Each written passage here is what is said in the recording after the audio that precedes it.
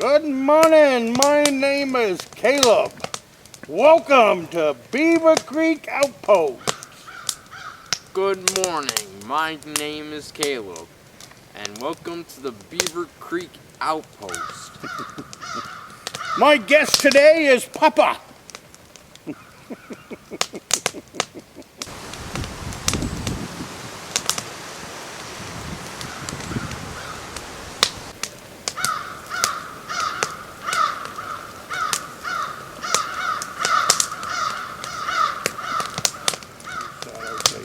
Good morning, my name is Caleb. Welcome to Beaver Creek Outpost. Good morning, my name is Caleb, and welcome to the Beaver Creek Outpost. My guest today is Papa. He doesn't think my guest is Papa.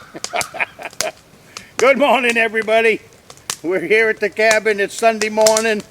Can't hunt here in Maine on Sundays, so it's a great time to hang out at the cabin. We'll make a couple of videos to share with you guys. We have been in here for 2 days, 2 nights.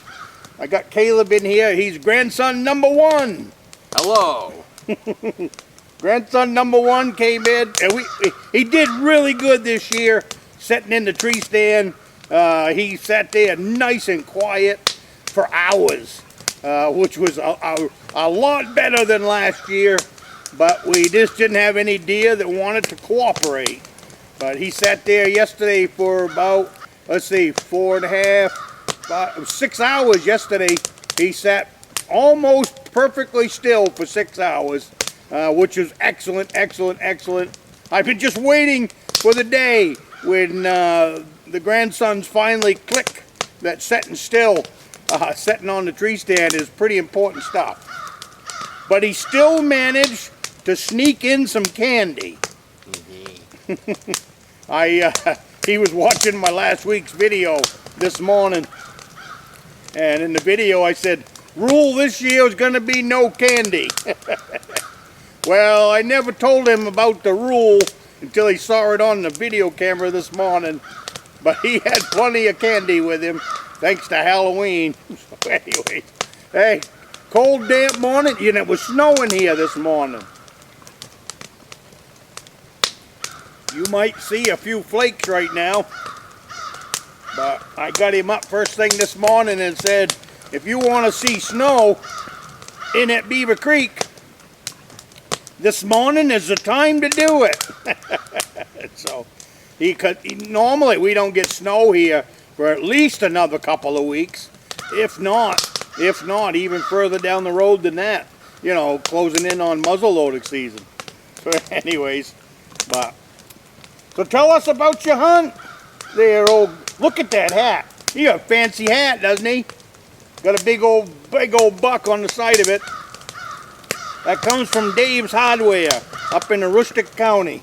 He gave that to me a bunch of years ago, so I passed it on to my grandson here this past, well, a couple of weeks ago, wasn't it? Yeah. A couple of weeks ago I passed out some hats to the grandsons. Thank you to Scott. Scott, if you are watching this video, I passed out, you gave me a bunch of hats back in the summertime, so I passed out 4 of them to my grandsons and my daughter. I kept about 3 for myself. This is one of them. I kept the green one from the Maine Game Warden Service. My grandsons call it my badge hat, especially the youngest one there, Elijah. I call him all kinds of names, so I kind of got to remember what his real name is. But anyways, he calls it my badge hat. And I passed out all them badges that you did give us for the boys in their little orange book, so they're loving that. I got a couple of hats I got to give to my father. He said, you got any that have anything to do with rifles on them? So let's see, one of them is for Hornady, and the other one's Smith & Wesson. So I don't think that he will want the Hornady one. But I know he'll want that Smith hat. So I know he has some revolvers that are from that caliber. So there we go. But thank you. Really appreciated it. Been spreading it out to the family. Drop me an email if you get time, Scott. I think about you. It seems to me like the last time I saw you, you had a surgery coming up. So I was just curious if I'm remembering right, or if you don't have a surgery coming up. I just thought you did. Probably, it's hard to keep track of everything. But anyways, here we are, Beaver Creek. We're all packed up. We'll be heading out. I'm gonna bring him home. And I'm gonna grab some more propane. I'm gonna grab some more food. And then I'll be headed back in here Monday morning. And then I'll be in here for a week. So today, I'll get home, get some chores done. Make a video up for you guys. Maybe 2 of them. I actually do need to make 2 if I can. We'll see. If you don't see one on Wednesday, that means I made 1 and I'm putting it out next Sunday. I cannot upload a video from here, but I will be uploading you some shorts and all that as the hunt goes on. Lots of deer in here, but we just haven't connected yet, so we'll see. I picked up another camera. I had 3 game cameras out here. I've got 2 picked up a week ago, and yesterday we picked up the last camera, me and him. I was kind of saving it for him because he helped me put him in here last year. Right? Yep. So, but it didn't pan out because I got 1,200 pictures and then I got not one deer. 1,200 pictures before the batteries died of all grass moving, trees moving. It was just both cameras. So what I'm going to do, I'm going to get out of this grassy stuff. And I know there's a really nice run back here in the thick stuff. So I'm going to go back in there and find a spot that doesn't have too much grass in it, stuff like that, so that the camera doesn't waste all of its battery life sucking up grass pictures. 1,200 pictures, and the deer runs were all over the place. It's just by that time the camera was dead, used up all of its energy taking grass pictures. So, but when I got to that tree stand this fall, it was just mired in deer tracks, deer runs going out into the swale grass. So I was really thinking by the time we got home, we were going to have lots and lots and lots of deer pictures. Yeah, would have if a battery was in it. But he does the same thing. I got him a game camera. Tell us about your game camera and your adventures. I get a lot of house cats. Yeah. He got a run. He's got a run that gets absolutely, he did anyways. They moved a month ago. He got a run out back of the house. Unbelievable the stuff that was been on that run. It's gonna be a while for him to find a run like that again. It's along the side of a field in between some houses, and deer, foxes, coyotes, turkey vultures, skunks, and God only knows how many house cats. And what did you say, raccoons? Yeah. Raccoons. Foxes. Everything using that run. It was like a magical run, because does with fawns. One of them you had was it was a house cat sniffing a fawn. Yeah.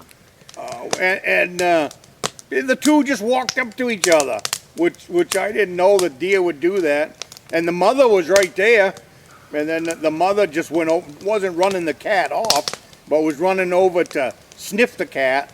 And the cat wasn't liking that, so the cat took off running. That was really nice. And he got another one where turkey vultures was in there. Was it turkey vultures? Yeah. And the fox come up over the hill, was trying to get one of them. They got away, but boy, that would have been a great game camera shot if that fox could have got a hold of that turkey vulture. It was a turkey vulture, right? Yeah. Wasn't a turkey. No. But what a spot he had. The spot he had. and it wasn't too many small trees there, so he got very few crappy game camera pictures of just grass moving and tree limbs moving. But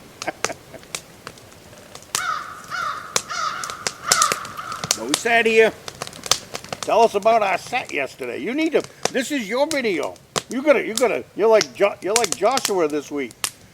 You're being quiet. You're normally not quiet. Oh. Tell us about your hunt yesterday. It was cold. How cold was it? Pretty freezing. It was windy. It was windy and it was cold in that tree stand. When we got back here, what did we do? What did you eat? You had a good old cup of soup. Yeah. You had a cup of soup and a toasted cheese sandwich. He said, "Papa, can I cook?" Well, you know, if anybody wants to step up and cook, they can have at it. But the real reason he wanted to cook is he likes lighting the wooden match to light the stove. But that's all right. Yeah, I'm trying to teach them all aspects out here. They need to be able to take care of themselves while they're out here, in case something happens to Papa, you know, when they're out here by themselves. They need to know how to get into the cabin. They need to know how to light the heater. They need to know how to light the stove and have something to eat. Because what I have told them is if people don't hear from us, they will show up. So just stay in the cabin. Stay in the cabin, be warm, be comfortable, and wait for family to show up, because they will show up and rescue you if something ever happened to Papa out here. So that's why it's important for them to know how to light the lantern, and we got flashlights in there too for the younger ones. When I bring out Joshua, he still ain't quite got that stuff down yet, but Caleb's got it down good. He can. I put in a heater in here so that on that same thought that if something happened to me, they could get in the cabin and light the heater and be warm and comfortable. So that's important too when you're out like this all by yourself, no roads, no nothing. Gonna have to wait for someone to come in and help, especially the younger ones. Lincoln, he'll be coming in next year, I'm pretty sure, and he'll be the youngest one coming in on a hunt. But man, he's on fire. He just wants his hunting trip, and he wants to spend the night. But we'll have to practice on that before I bring him in here for an overnighter. He'll have to come over to Papa's house and spend a couple of nights without not wanting to go home. Because once we're in here after dark, we don't head back to the pickup. Caleb, he's not scared of the dark. Joshua, he's still a little scared of the dark when he steps outside of that cabin. But Caleb did all right. You got to use the deer call. Yep. You know, no deer came out. No. That's the way it is. Caleb's the one that was with me 2 years ago, and we shot that doe within 5 minutes of being in the tree stand. So he got pretty spoiled 2 years ago. We didn't have to sit there very long, did we? Yeah. We sat there less than 5 minutes, and out come 2 does. And we hung that one on the meat pole an hour later. And I told him his trip was over. You could tell that wasn't going over very well. So we decided to stay here overnight and then take the deer out in the morning and tag it. In this state, you've got 18 hours from the time you shoot it to when you're supposed to tag it. I guess I could call a warden and maybe get an extension, I don't know. But 18 hours, we get up in the morning. I'm pretty sure we was a little late on the 18 hours.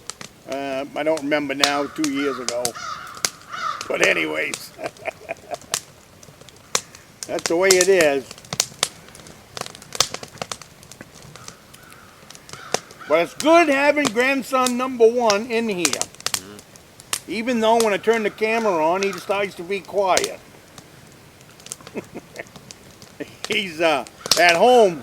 What are you? Cowboy Caleb. Cowboy Caleb.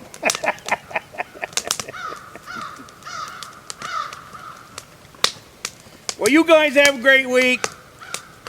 I'm gonna wrap this one up now. We'll put this out tomorrow, so you guys will have it later on in the week. But I wanted to share the hunt with my grandson with you guys. So this is it. Pack it up, roll for home. Goodbye. I'll see you next week. Go ahead, grab yourself one more sip of coffee on your way out. How's that?